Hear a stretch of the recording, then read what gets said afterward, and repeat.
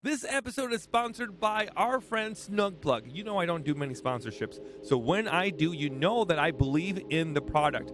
We all face outlets sometimes that have loose connection. They just fall out. When you're doing your vacuuming or you're trying to charge your phone, it just falls right out of the wall. Well, now with Snugplug, you don't need to worry about that anymore. You just insert that and it'll be nice and snug. A wonderful invention that I think you should get as well. And you can support us here at the podcast by going to the affiliate link and getting yourself a Snugplug.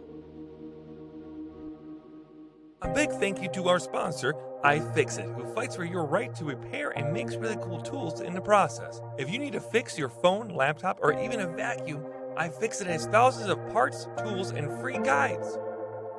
Mercury, Mercury Stardust. She's a beacon of hope in the darkest night. Mercury, Mercury Stardust. She'll teach you how to make it all alright. Hey there, hi, my name is Mercury, and I'm the trans Handy Ma'am. My pronouns are she, her, and I teach compassionate DIY. We're here to help renters, LGBTQIA members, and anyone who's feeling left out in a DIY space. Hey guys, gals, and non-binary pals, thank you for listening to this episode of the Handy Ma'am Hotline. As always, I am joined by the amazing Maggie Conrad. Hey. 2, 1. Blast off! The audience has erupted for you, Maggie. We are exploding and taking off into outer space for you, Maggie. You are bringing us so much joy. I literally cannot. Every week, Maggie, this is your life now. Me and Matt are teaming up to bring you joy and also just being stupid every week. I love it. You wait. We got First it was the never-ending train. Yeah. Now I'm in outer space. Yes, Maggie. We find new ways to send you into a large crowd of people. Sometimes we blow you up. Sometimes we send you into Timbuktu. Who knows? Maggie, how you doing, buddy? I'm doing good. How are you doing? Well, I got back from Topeka, Kansas last week. Yeah. For those of you that know, I was in Topeka, Kansas for 5 days, and we helped Luke with his home. Yeah. And boy, we had a lot going on there. Wow, what an adventure that was.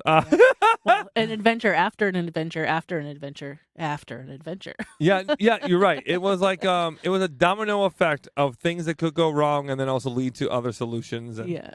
it was a lot. And what you all saw on TikTok and Instagram and YouTube is much, much, much smaller Yeah. than the large project. You will never fully see, probably. I've said this from the very get-go of that Topeka trip, is that I really wish we had someone documenting that as a documentary. A whole documentary. Because in the last that year. that would be a watch. Yeah. All the things that went wrong and the legal problems that we still can't talk about, like Yeah. just so many wild twists and turns. At one point, I turned to ZZ and I was like, "This is like a Netflix series. Mhm. It's like crazy the amount of stuff that went wrong with A this." drama series. Yeah, because like from being reached out to by people to then helping somebody, and then like in 2 days we're already down there and raised $35,000, and then 8 months of just one thing after another and paperwork that wasn't like done and finalized, and this one thing and that one thing, and and then the job with the roof and everything. But Yeah. all that being said, after all this time, the roof is done. Yeah. And we are now done inside the home as well. Now, did I get everything done I wanted to? No. The walls were not finished when I left. They weren't painted and that kind of stuff. But here's the good news. We rated the ship. We put them in a good spot, and it was a whole lot better than when we walked in, right? We fixed all the leaks that we could get to. All of the holes in the ceilings were fixed. We ripped out all of the drywall that was rotting, and it was a lot. It was a lot of stuff. I mean, this was a major renovation we did in 3 days. Yeah. And just this past weekend, my very good friend now, Alonzo, texted me a photo of them done with the paint job. Oh, wow. They sanded it all down and they painted it with a mold protective paint that I told them to use. Amazing. And they use Kills mold and mildew resistant paint. And that is the stuff I recommend for like a primer Yeah. to be like a good sealant.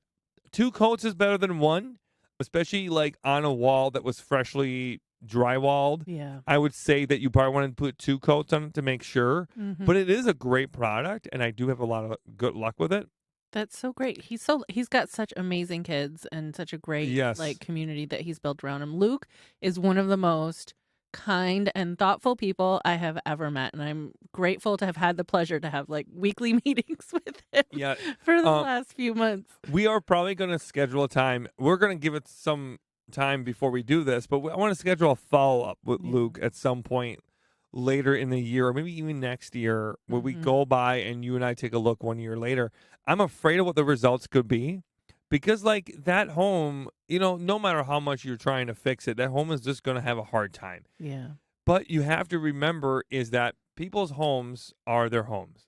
It's not for us to tell Luke what to do with money, right? The money was raised on his behalf, and he's going to use it the way he sees fit. And I think that's an important factor to this, right? This Mhm. is a home that he has shed blood, sweat, and tears on. Yeah. He never thought he would have his own property of any kind. And yeah, it's a pretty beat up, very loved trailer, right? Mhm. But it's a place where he's had dozens and dozens and dozens of people live with him at very moments of their life when they lose their family or friends Mhm. because they're trans and queer and they have nowhere else to go. And Luke is the person who puts them up. No questions asked. And he does it all the time. And very rarely do they pay rent. People just live with Luke until they can't, and then they move on. And Yeah. and it happens all the time. Dozens of people have told me over the time of meeting me and working with Luke about stories of their own. Like, so many of these people have come out to their family or have come out to their significant other and then Mhm. lost their living arrangement, had nowhere to go. And then Luke is just there. Yeah. They'll sleep on the floor. They'll sleep on the couch. They'll sleep on, anywhere they can. And that's how people get by in our community. And that space, it's very hard to tell someone they can't live there anymore, that they need to Yeah. find a new space. It's important that we support them where they're at and not tell them where to be. Yeah. And I'm really proud of us for doing that, doing the best Mhm. work we can do, and really proud of everyone who stepped up to make that home happen. But without further ado, Maggie, do you want to get to the questions of the day? Let's do it. For those who do not know, we're going to answer 5 DIY questions. Now, Mhm. I have never seen these questions or heard these questions, so I have no idea what I'm going to get. I go into this completely not knowing anything at all, and I just pull things right out of my butt. So Mercury Starbucks. yeah, Mercury Star butt. And sometimes I pull a whole 5-piece band or something out of my butt, and you're like, wow, that's really impressive. And sometimes it's a clown car. So it's very hard to know for sure how this is going to go. But Mhm. let's make sure we get to it, Maggie. I'm ready for you. Do it. Line me up, Megs. Hi, Mercury. This is Chris. She, they. I'm calling because my mantle has fallen off of my fireplace. My cat's about 15 pounds. My other two are about 12 and 13 pounds. Like to jump and run across the mantle.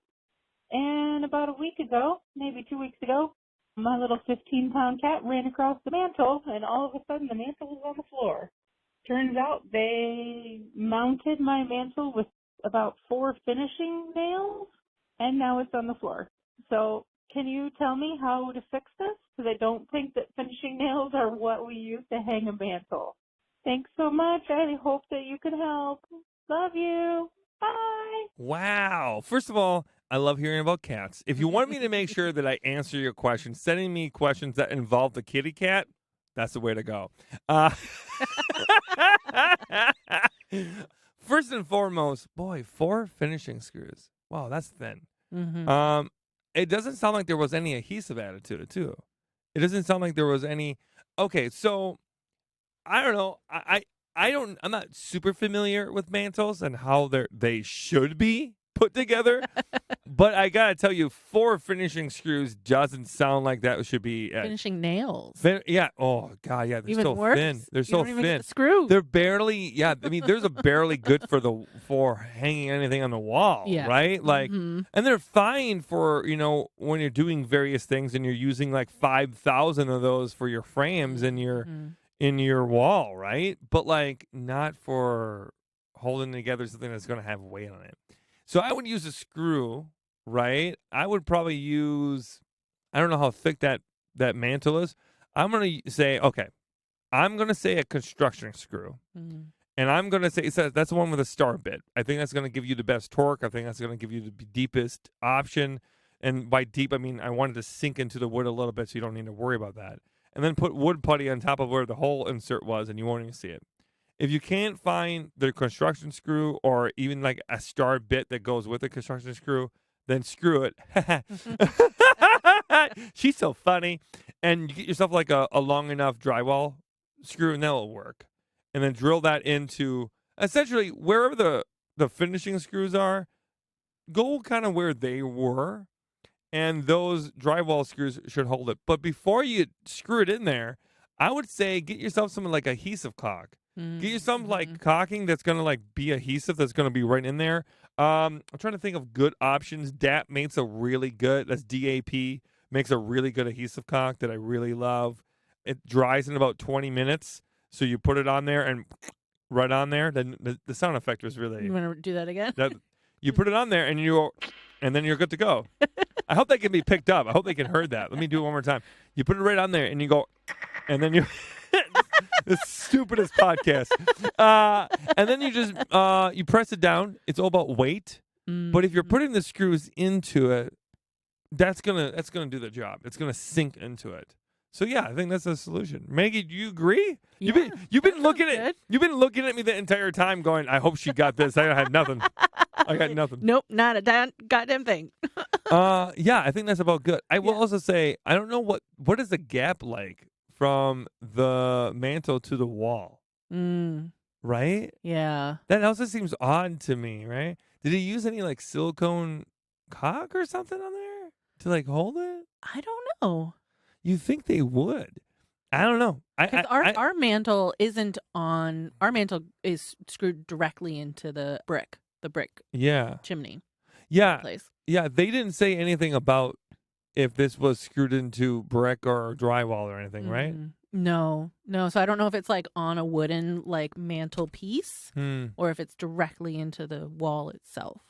Yeah, well, because you could if it's for finishing screws, I'm gonna say it was like drilled, like to a mantle piece onto something on top of something, not into something, right? Yeah, and also like I would say if you can put more screws, if you can put 8 in there, you're probably better. But I don't know how thick whatever you're drilling into is. I don't know. You know what I mean? Like I don't want to tell you to over drill too. It's really just my gut instinct at this point, I think, and so, go. Screws, lots of them. Yeah. And some kind of adhesive. Oh, yeah. This is a very good point. Thank you for bringing this up. Well, one last tip that I will say is pilot hole. Because you don't want to split that wood for that mantle. Typically, mantles are much thicker, more solid wood. You don't typically split it. But if you hit a knot the wrong way, poof, you know what I mean? It's going to split real good. So go slow with a pilot hole. Is making a hole before you actually insert a screw, and then insert the screw. And I think that will be good to go. And that should make sure your cats are nice and safe. Again, if you want us to answer questions, make sure you call or text in, and you lead with the cat. Also send a picture of the cat. Yeah, and send a picture of the cat. If you text, and Ray will eat that up. Yeah, if you send pictures of the cats, we will probably answer your question. Next question. Hi, Mercury. My name is Bridget, she, her. So I think I might be taking on a big project. I am looking to redo my cabinets, paint them. Growing up, my dad really never let me do anything to my room, no holes in the wall, no paint, nothing. And I've always been afraid to kind of take on a task like that. And I decided I'm taking my birthday off in February, and I'm going to stay home and redo my cabinets. Do you have any tips or tricks, or, can you give me a little play-by-play on how it's going to look? I would really appreciate it. Thank you, and I love you so much. Bye. Oh, first and foremost, I'm excited for you to go on this journey and to try to get this done. And I'm also excited for you to be like, you know what? I can do this. Screw you, old man. I love that mentality. I will say my first instinct is I'm always wary of the cabinets. For a lot of reasons. I don't know what kind of cabinets we're dealing with, right? Is this are these cabinets like 80 years old? And are they like crusty paint? Are they going to need to be completely sanded down? If this is a cabinet that has been painted like 3 to 4 times, and these are like white white, beat up, dingy cabinets. You're going to need to sand them down, and that entire kitchen is going to be a nightmare. And you need to take all the doors off, and you need to do it properly and get it to right the ship. You know, righting the ship of cabinets is really, really important. And you can just put paint on top of paint on top of paint, but then that's when you start having problems with it peeling weirdly, and you have a lot of problems with like paint wanting to, kind of like bubble up, and it starts looking not great, right? If you want a good finish coat, if you want it to look pristine, the best route to go when you already have previous paint jobs is to sand it down. Wear a respirator and sand it down the best you can. Get as much of the previous jobs off to the wood, and then primer it, and then paint it. And then that brings me to the next point. When we are doing this work and we're talking about cabinets, we're talking about details. We're talking about really making sure we get in every nook and cranny. Take the hardware off. Oh, yeah. Don't do the landlord Take special. the hardware off, okay? And then I would say use an accent color and a primary color, right? I'd say 2 colors, especially if they're within the same wheel of like color, really works well and works great on cabinets. I love that look. You know, when you have like gray with like a green like door or something, that kind of those looks are great. Do whatever your heart desire wants to do. If you want to do a full pink door, you fucking go for it, you know? But like really think about like the dimension of color that you're going to have, because it really can add a lot of depth and really make it look a lot less flat. It's the problem I see a lot with when people do cabinets, they just do the whole thing, right, to make it look like it's not old and beat up, but then instead they make it almost feel like one note. So really think about dimension of color is really important. So maybe think about more than one color. But absolutely take the hardware off. We're talking knobs. Yeah. We're talking like take the drawer right out rather than trying to paint it while it's on the cabinets itself. So take all the drawers out. Label them. So you're going to want to like take a photo, and then in the photo put 1, 2, 3, 4, 5, 6, 7, 8 of all the drawers, and then label the inside of the drawer like with a piece of green tape. Right, and put 1, 2, 3, 4, 5, 6, 7. You know what I mean? So that way, when you look at the photo, you're like, "Oh, this hole is for drawer 1. Right. This hole is for drawer 2. This hole is for drawer whatever." Right? That is the quickest way to do this, and that's the way I've always recommended it. Because when you're doing these projects, it's best not to do it like one piece at a time. You do it all at once. It's all about you got to get the momentum going. The more you do it, the better you're going to get. That's why primers are so good. Because primers get you used to everything you need to know. You know what I mean? Like a good primer and a good primer job will teach you how to do the good finish job. Yep. Do you know what I mean? It'll get you nice and in there. All the nooks and crannies. Yeah. So once we got the primer on, once we take all the hardware off and we're doing all that stuff, and if your shelves come out, maybe do that too. If we're just talking about the exterior, which I kind of hope you do, then you don't need to worry about the shelves at all. But sometimes people want to paint the exterior as well, and be mindful of that's a nightmare. The interior, rather. Now, all that being said, finish coats. Okay, what do we do with a finish coat? This is where I really advise you to use what is called a weenie roller. Okay, a weenie roller is like a brush that's going to be smaller.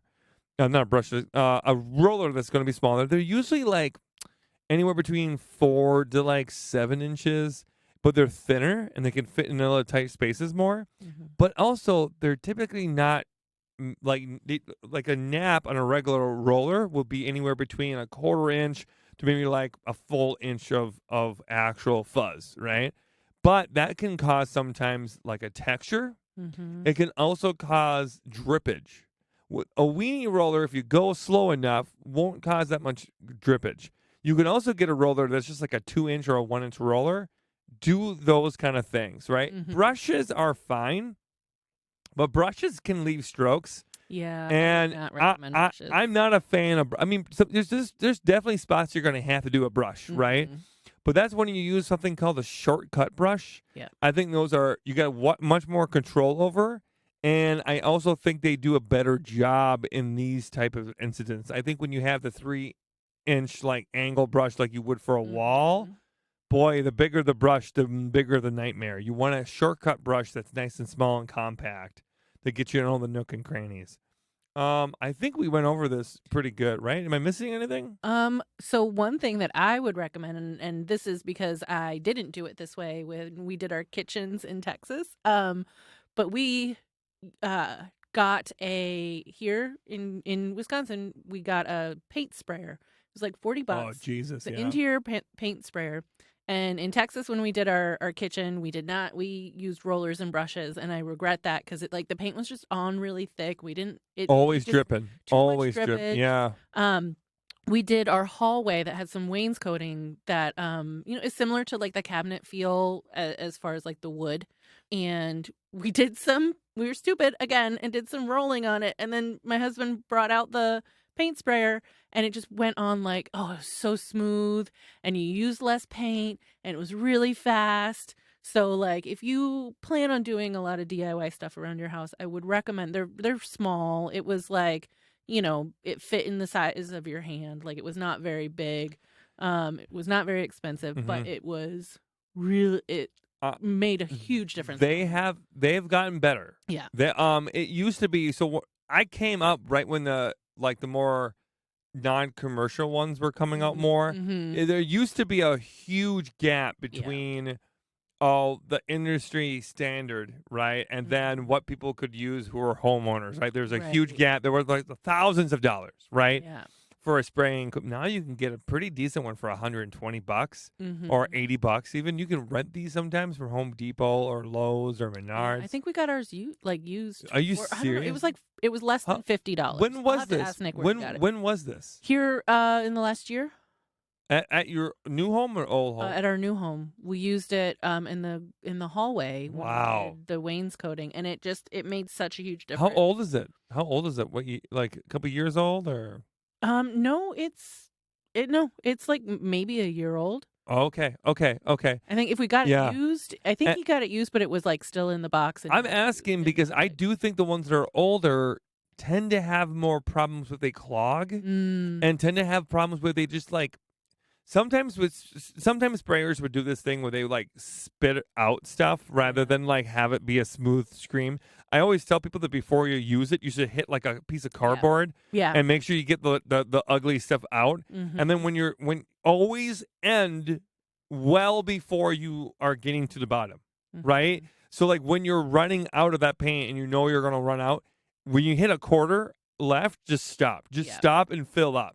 Because if you don't, you can get to that spitter part of it, and you can get to that, like, it throws air out, and that will fuck up your whole paint job. So be aware of that. Also, if none of this is appealing to you, you can roll it. Yeah. You can roll it. I do think the spray is such a fucking... It's so quick and easy, but the prep is so much bigger. Well, I honestly, I wouldn't do it on the frames of the cabinet. I would just do it on the doors. Like lay out the doors outside. Really? On that's a great idea. Painter's cloth or a tarp and just spray the doors. That makes sense to me. I can get behind that because I think that especially when you're doing just a trim with a brush and all that, when you're doing all of that stuff, you won't notice that the imperfections as much, especially if that's a different color. Like if the trim is like a little bit of a darker tone than the rest of it, you won't notice that quite as much if you have a lighter tone of color on your doors and your drawers. Well, and if you spray the doors, it uses less paint, but also and then it dries faster because it uses less paint. I like it. I support. Maggie. This is Mercury approved. Yay. Look, Maggie helped everybody. Woo! I do that sometimes. I liked it. That's a good one. So Mercury, she definitely answered this one for the most part. I'm going to say answered 85% of this. You answered 15%. Yeah. Okay. I threw my hat in the ring. Okay, let's get the next question. Hi, Mercury. My name is Emily. My pronouns are she, her. And I have a question for you about apartments. I know you worked in property management for years, so you're probably the most qualified person to answer this question for me, but I'm looking at moving out into my first apartment by myself, and I need to know, like, what are some red flags when it comes to apartments? You know, homes, you do a home inspection, but, like, they don't have that for apartments. So, like, what do I need to look out for when I'm looking for an apartment? What's a good apartment? What type of apartment, you know, is going to be safe and, you know, reliable for me to move into? So, yeah, what should I look out for? Thank you for everything you do. You're amazing. Bye. Oh my God, this is so topical. It's wild. Mhm. We were just so for those who don't know, I've been living in the same apartment for about 7 years. I'm a renter. I'm not a homeowner. But me and my partner Zizi lived in the same apartment for 7 years. It's a long time. Okay. Our rent has just increased 20% this year alone. That's monthly. Okay. So an extra $200 a month. That's wild. It's like getting impossible for us in Madison, and we're working on it, but like we're nowhere near ready to get a home. And Madison prices for homes are tough. Like you can actually spend less on a mortgage than you would for rent in Madison, but getting to that point of having a down payment and jumping through the mortgage hoops can be a nightmare. Especially when you're a business owner. And especially when you're a business owner. So we're in this really weird space where we're hunting for apartments for the first time in years. But again, I'm very familiar with hunting for apartments, and Zizi just lets me run wild when we walk into the apartment. And today, before this podcast, we went to a new place, and Zizi just talked to the person while I went to every single room and took photos of every single thing and really analyzed every single thing. And this is what you want to look for right away. If you are going to an empty apartment, one that's vacant, and you're touring it, right? First and foremost, always make sure you tour. Always. Even a virtual tour is better than none tours. There are now people who are pulling scams now where they try to get you to sign a lease and then they take your deposit and your first month's rent and they run. And you show up to the place when you want to move in on the day and they're not there. It happened to a friend of ours. I highly don't recommend doing that. It sucks, right? So be aware of those kind of things. So really make sure you see the apartment and then you see it in person if you can, okay? The next thing you want to do if you're going to a vacant apartment where they had time to fix it up, right? Look for what they didn't fix up. Look behind the fridge. Look at the filter for the air conditioner. Look at these things. Check out the lint roller in the laundry if you have it. Like if you have an in-unit laundry, check them. Make sure. Like how bad are these? The reason why is because when we're talking about maintenance and we're talking about upkeep, the details matter. These little details that seem like they're not a big deal for anybody else, but maybe they show how little or how much an apartment actually puts into it. That's really important, okay? Yeah. Another detail is this is going to sound like a wild one, but I promise you, 9 times out of 10, this works. If you go into a bedroom, a bathroom, or a living room, anywhere in this entire apartment, and you see that all the outlets and all the switches and every single one, all of them have the screws pointing up and down, like the slot of the screw is all vertical and they all match.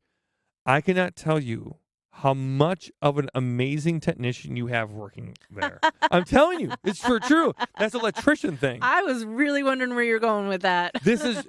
I have said this over and over again. If you walk into an apartment and you see all of the screws in every single outlet and switch that's all going in the same direction, they're all going vertical, boy, that is a technician that cared about details. Yeah. I was always proud of myself, but I didn't do that every time. That's insane. It's insane. But whenever I saw it, I would be like, wow, I don't even want to look at anything else. I know the transitions between the hardwood and the carpet is going to be amazing. I know that all the doorknobs are going to be updated and going to be clean and varnished. I know all those things because the person spent 45 minutes on trying to get all the screws lined up, But I do think those kind of details are really important. So really take a look at that. If you are in a vacant apartment as well, you can ask, like, hey, why did the last tenant leave? And pay attention. Pay attention. If the person you're with badmouths a tenant, Yep. never trust them. Never believe people. They'll badmouth you. Yeah, I have said this over and over again. If someone's willing to throw someone under the bus, they're going to be willing to throw you in the bus too. You're not going to have a better working relationship with them. You're already at a disadvantage. The moment you sign that paper, you are stuck in this contract. It's hard to get out of those, So really don't listen to them. But you can ask and see how they respond. If they say stuff like, "Oh, they lived here for years and they were so great," they found a home or they moved away. Great answers. Great answers. If they say, "Oh, they trashed the place. We had to do this. We had to do that," and okay, sure, but I don't know. It just rubs me the wrong way, and it's a really good indication of how they view tenants. Yeah. Really listen to how they talk about tenants, right? And another thing is really be mindful about if you're on the first floor, the second floor. We wrote this all in my book that's coming out in August about as a renter-friendly guide to home maintenance that's coming out later in the year. But in the book, we talk about how if you're on the first floor, there's some windows that are pretty easy to break into and some that are really hard, like the sliding door ones. The ones that slide, you can put brackets in those and prevent them from sliding if you have any issues. The ones that crank up can be pried open pretty easy and they're harder to barricade. So be mindful of those kind of things if you're on the first floor.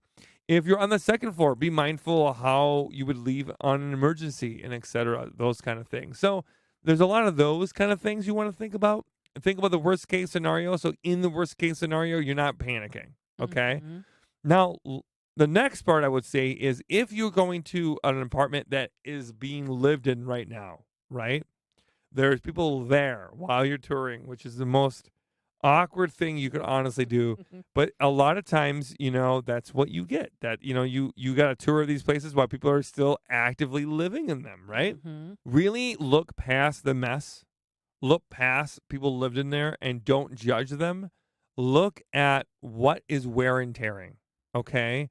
Look at the carpet. Where is it fraying? What make us start trying to think about, be the Sherlock Holmes. Why is that fraying there? And is there something that's causing it other than just, a human doing their thing, right? Look at the bathroom flow, right? Are there things in here that seem like they're broken? If there seems like there's a lot that's wrong in here, then the question is, why isn't the tenant calling and having this get fixed? Right. Is there a reason why they're not having this get fixed? Or is it because the landlord is not doing it because they're waiting for them to move out? And that's a fucking red flag right away. Yeah. So those kind of things. things. Don't feel comfortable asking for help. Yeah, if they got a shitty relationship with the landlord, you're gonna notice pretty quick. Yeah. You know what I mean?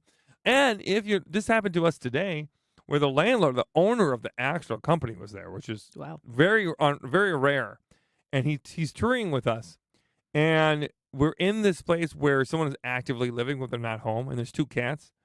And we go into this room, and the cat tries to get in, and he's like, no, Pebbles, you're not allowed in there. He knew the fucking cat's name. That's so cute. And then he sat there for a few minutes petting the cat, saying, oh, no, you're not allowed in there. So is that where you're living now? Well, no, it is a strong candidate. But, those kind of moments to me. It means a lot. It does. Those little weird moments of, seeing someone's humanity does change. Because, if they're showing you theirs, they might be more willing to see yours. Yeah. And that shit matters. I know those things might be a little bit like a hippy-dippy kind of way to look at it, but I'm serious. Really trust your instincts when we're talking about this, right? You can also ask to meet a technician. You can ask, or ask a technician a few questions via email, and they might get back to you.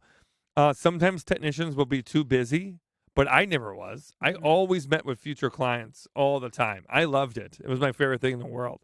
And I would say I helped seal a deal more times than not. Do you know what I mean? Oh, I'm sure, yeah. Yeah, because it's being personable and making them feel like, oh, there's a face to, the worst thing that could happen is that you never meet your technician until the moment of need. Do you know what I mean? Yeah. That's a hard relationship to start off. You're already at a disadvantage. And you just got to rely on them to know what they're doing. But if you meet them ahead of time, it builds like this trust and this understanding of how they might communicate with you. It's like if the only transaction we ever have is that I'm only there when something gets broken, it can be internalized that the tenant is bad when that isn't really the reality, right? So I think it's good for technicians to meet tenants when they move in or when they have questions about if they want to move in and those kind of things. So I hope I answered everything. That was really great. Anything I missed? Anything you would add, Megs? No, Storage unit. I think, Look at the storage unit. yeah. Look, and also look at the storage unit and see padlocks. Okay, this is a huge one. If these are easy accessible, like they're open to like, if they're in the basement and they just have like a shitty padlock and they're like up with mesh and stuff, then not great. They don't really care about your belongings, and it's in the basement. They don't really care if it gets full of water and mildew, right? But if they're in like the second floor of the building and they're all like in closets, that's different.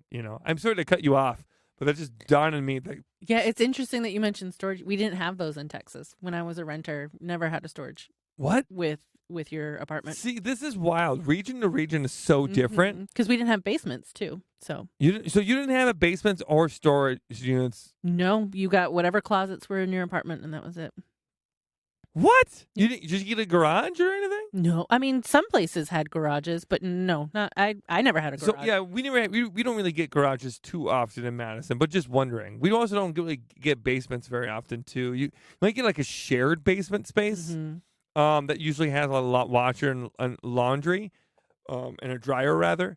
But like you almost always get a storage unit. Yeah, no, I've never had a storage unit. Wow, in an apartment. wild. I lived in a lot of apartments before we bought. Really? Yeah. Yeah, I mean, that's, again, region to region, what's different, it's interesting what will be different. What did you have? Did you just have like Whatever was inside the apartment. Was it? But did you get a lot of like? Did you have any townhouses that you lived at, or any duplexes, or was it a lot of like box apartments? I lived in a few like big box apartments. I lived in a few smaller like single building apartments. I lived in some townhouses, duplexes. Yeah, I've lived in a variety of rentals, and I've never had. I'm partial. Storage. I'm partial to townhouses. I like townhouses and duplexes a lot. I think that those are like the ideal ways to be a renter. But I also sometimes they're on the higher end a lot of times. Yeah. I did have like a little mini backyard in a townhouse. Oh, fish pond. But that's nice. That's actually what me and Zizi were looking at today. Was a townhouse that had a basement, living room and dining room, and then 2 bedrooms and then 2 baths, and then a backyard. And we're like, wow. So maybe they'll build a new home. Who knows? We don't have a backyard now, but it would be a nice place to have our cats. Our cats would love that space. Yeah.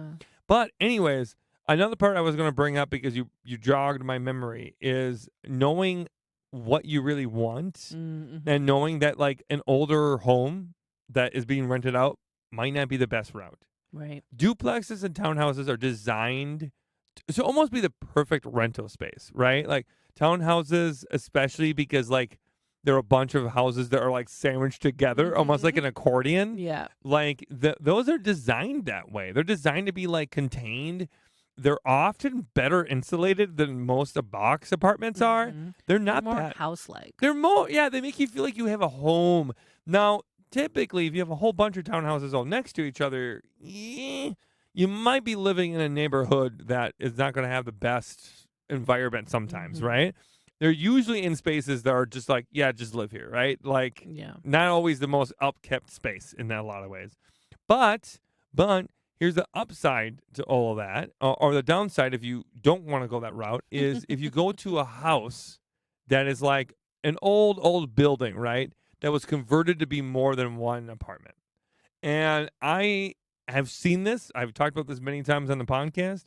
But our sound engineer, Matthew Allen Haig, who's listening to us right now, can attest to this. When you live in a building that was like a mansion back in the day, and they convert it to be an apartment, or is a large building they convert to be like 2 apartments or something, there's a lot of corners you got to cut. And there's a lot of things you got to do to make it happen. We saw an apartment yesterday where it was an upstairs apartment. And this was okay. Like, I could definitely see how this at one point in time, the staircase was definitely a part of like a whole big house. But they converted it in a way to make it 2 separate units, which really felt hand-fisted. Like nothing was done well. But you get upstairs and you go to the bathroom. And the bathroom has a slanted wall, right? And that slanted ceiling, rather. And that slanted ceiling is right above the shower. So your shower, I'm 6 foot, right? The shower was 3 feet. Oh, shit. If you did not count the slant, right? I would have to sit in the shower every single time. Wow. For me to be in the shower. Yeah, there's just all those corners you have to cut. The shower itself was on the corner of a wall. And I've never seen that before. But it had to be in order to fit in this apartment. And that's what you see a lot in these houses that are converted. Because they have to put a kitchen and a bathroom. Yes. There wasn't one before. Because also, like, they don't have to do that. You could live in a space where you have a shared bathroom. That happens a lot, right?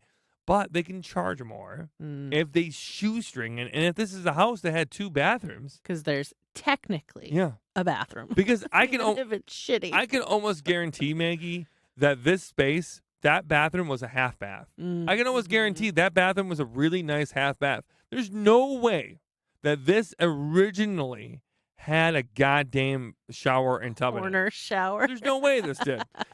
But when they converted it to be an apartment, they were like, hey, we put a tub in here. Yeah. We're going to be able to charge about $400 more. You know what I mean? Now we got 2 baths, you know? And I very much think that is the scenario that happens a lot. Do you like that? I love that voice. You like that impression? Oh my God. Gosh. Oh, we got 2 baths over here. 2 baths. Everybody want a 2 bath? Ridiculous. I hope we answered that question really well. And happy apartment hunting. And the last tidbit I will say is take a deep breath. It's going to be okay. Trust your gut. It is stressful. No matter how you do this, it is stressful. And just know that whatever choice you make is the best choice that you're making for yourself, okay? Yeah, give yourself a lot of grace. Yeah, give yourself. You're gonna have moments where you're pissed off, and maybe you're viewing like 10 places. I've been there. Sometimes you view so many places, and there's not a single one that speaks to you. Or every time that you apply, it's already gone. Yeah, it's not fun. It can be hard to do this, especially because you don't own it. So it can make it feel really hard sometimes when you're like, oh, but I just want my own home, you know? Just you're not alone. We're right there with you, and I send you all my love. Next one. We've got a question from Emma. Pronouns are they, them, and they reside in Portsmouth, Virginia. Hi, Mercury. I hope this is the right number to ask questions about fixing stuff. Anyways, I bought my first house in September, and it's a little bit of a fixer-upper. On the long list of things I need fixed, the plumbing under the sinks is the first on the list. Long story short, the double basin kitchen sink doesn't drain, but it isn't clogged. The plumbing under it is messed up, not done correctly, but I don't have the funds to have someone come re-plumb it. What do you recommend for kits so I can do it myself? Or should I get all the parts separately? Is there a way I can fix what's already there? Okay, we're going to take a look at this picture real quick. There's a few. I'm taking a look at the photo right now, and there's 3 photos. And I am so let me get this straight, Maggie. This is not draining. Right. It's it not isn't clogged. And it's a double basin sink. So the question I have is, when you're running water in it at all, it never goes down? They didn't say. Yeah, this is always hard when we so my question would be for them is that when you're running water in it, does it go down slowly? Or does it absolutely never go down? And there's a big difference between the two, right? And then from what I see in there, that's just a hot mess of just confusion. And they said it doesn't drain, but it isn't clogged. So I would assume that it's just draining very slowly. Because otherwise they might have said something like it's holding water and we can't get it to go down. Yeah, I mean, I would really, when they say it isn't clogged, I would question that, right?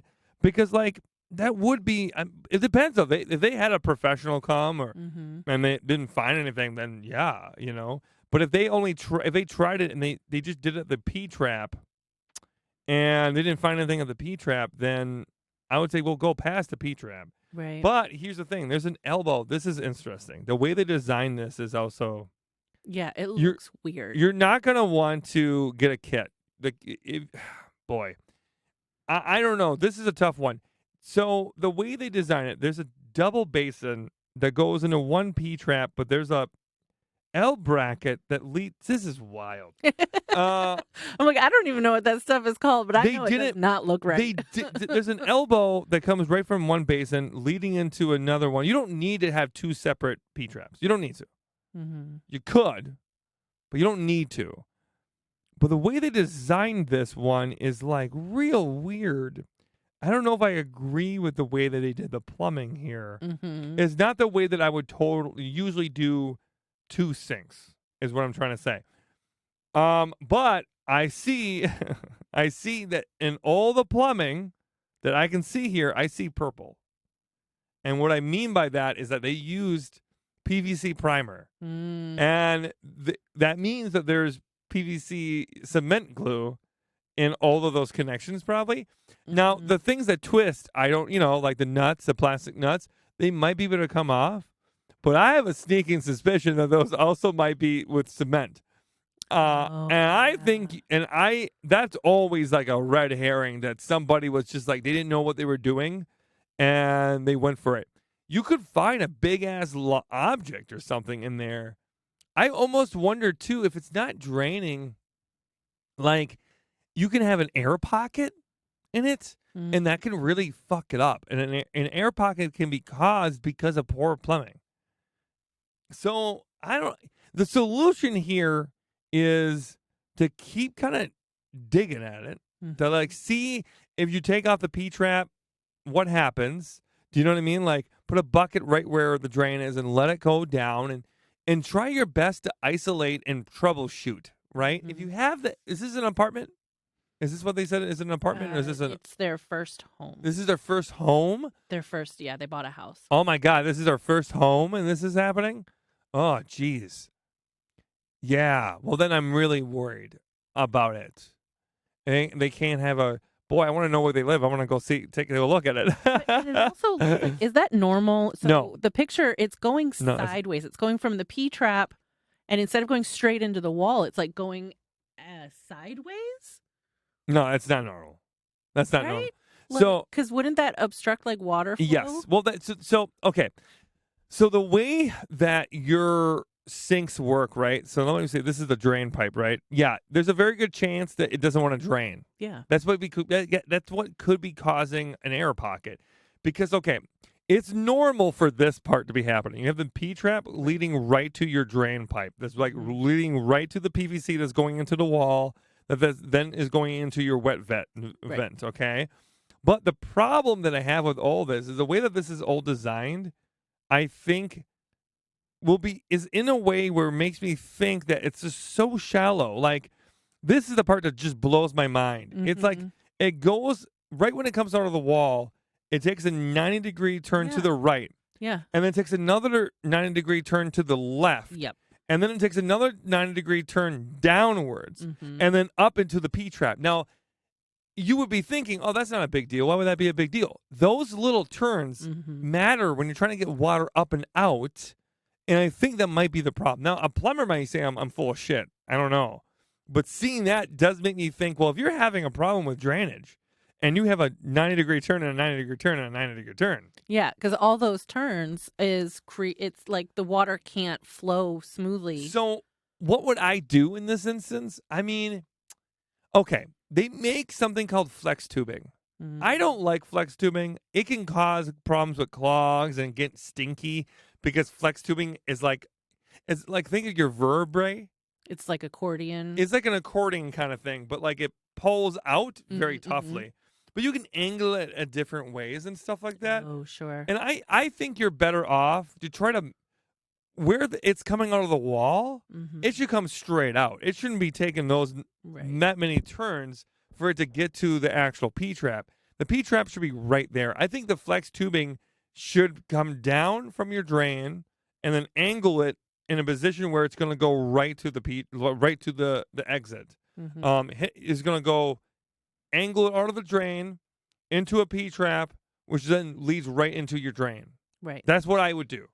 But I don't know for sure if that's going to solve your problem. And I will tell you that everything is PVC primer in there. So that means you're going to need to cut it off and redo the whole damn thing. Yeah, it's not going to. And yeah, and then off. and I would say your best route is to get help from someone who's done this before. This is not going to be an easy task. I think it's going to be messy and frustrating, but get a whole bunch of PVC, like safe for plumbing equipment, and get yourself a cutters, get yourself some PVC primer and some mint glue, and get ready to go. You know what I mean? And really, really try it. Get a bunch of stuff, but don't trust the kits.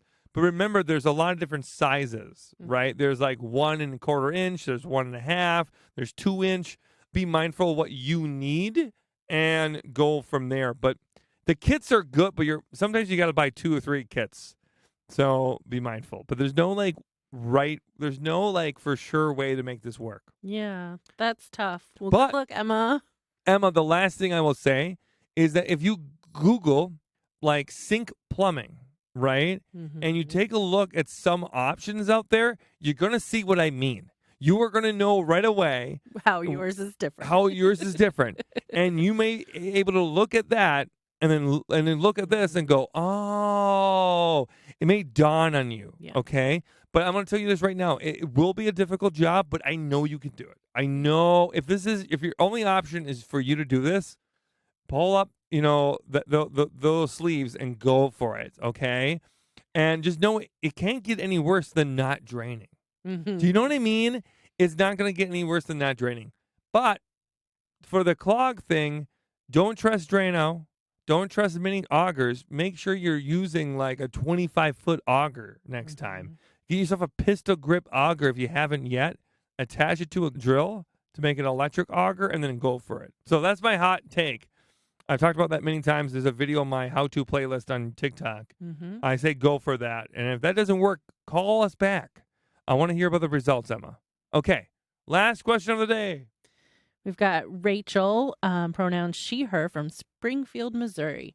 Handy Ma'am question. I'm in the process of redoing my bathroom, and I plan on using subway tiles on the lower half of the wall. What kind of adhesive and grout do you recommend for this project? Also, the wall is slightly textured. Oh, I hate subway tiles so much. I had to quickly look at photos and be like, is that what I think it is? Okay. Maggie, do you have any familiarity with this that's going to help us? No, I have never seen tile go on drywall, so I don't have... Oh, subway tiles? Yes. Yes. Yeah. Do you have any experience with it? Yeah, we had it in our bathrooms. We had an entire wall of subway tile. Did you ever apply it or fix it at all? No, we didn't have to. But I will say that it was a little difficult. Going back to it, I probably wouldn't have done an entire wall of subway tiles because, trying to hang a mirror, trying to hang anything, it tends to hold dirt a lot more too, especially in a bathroom. So they are going to be, just to clarify, they are going to be adding subway tile to a drywall in their bathroom, right? Textured drywall in their bathroom. Textured drywall in their bathroom. The texture part gets me concerned, but I haven't done this myself, so I couldn't tell you if that's a bad idea. I would tell you, depending on how much texture it is and what kind of texture it is, I would probably want to remove that and sand it down and try to make sure it's flat. That's always best to do that because that's going to make sure the adhesion is good. From what I can tell, the subway tiles are going to adhere just fine on drywall. Apparently, they work best on drywall and on just straight wood. Oh, yeah, I guess they go in the kitchen a lot. Yeah, they do. It makes sense. Okay, It makes complete sense to do it. I was just thinking of shower or bath, Yep. in the bathtub, wall. Yeah, okay, so now I'm double checking some stuff. I am just really not positive to how to help in this one. I always hate when I'm in this position of I will say this will be the first one to say this. As a handy person for a long time, right? I always stayed away from tiles. Because tile is just a difficult thing to do. It takes a lot of patience. and I don't do renovations, Mhm. right? I don't do those kind of renovations. I do maintenance and home repair, right? So doing full renovations like that with tile is very difficult, and I'm not an expert on that. The tidbits I will say is it's almost always about prep and Mhm. almost always about patience with those. There is no shortcut with tile, right? Mhm. However, you're going to look at how-to videos and they're going to tell you a bunch of different stuff. But anytime you hear anyone that says like shortcut or quick, don't listen to them. There really isn't a way to do tile other than painstakingly doing tile, right? I would say that you want to stay away from anything that says grout is better than caulking. If it's going on a wall, caulking is probably your better route, especially if it's drywall. So keep that in mind. Sometimes people want to use grout on the walls, Mm. and you can, but it's so hard that it can cause cracking in the tiles. So you want to avoid it and use caulking because it's going to have more flexibility. And the last thing I will say is good luck. You know, I love these kind of questions. They always push my boundaries. But this one, I'm definitely in the dark on this one. Is Yeah. anything else you can add, Maggie, before I take the L on this one? I cannot, unfortunately. Wow. Are we taking the L? Maggie, are we taking the L, Maggie? I'm not the person to ask about tile. Oh, okay. We're gonna take a Hail Mary. We're gonna ask one final person.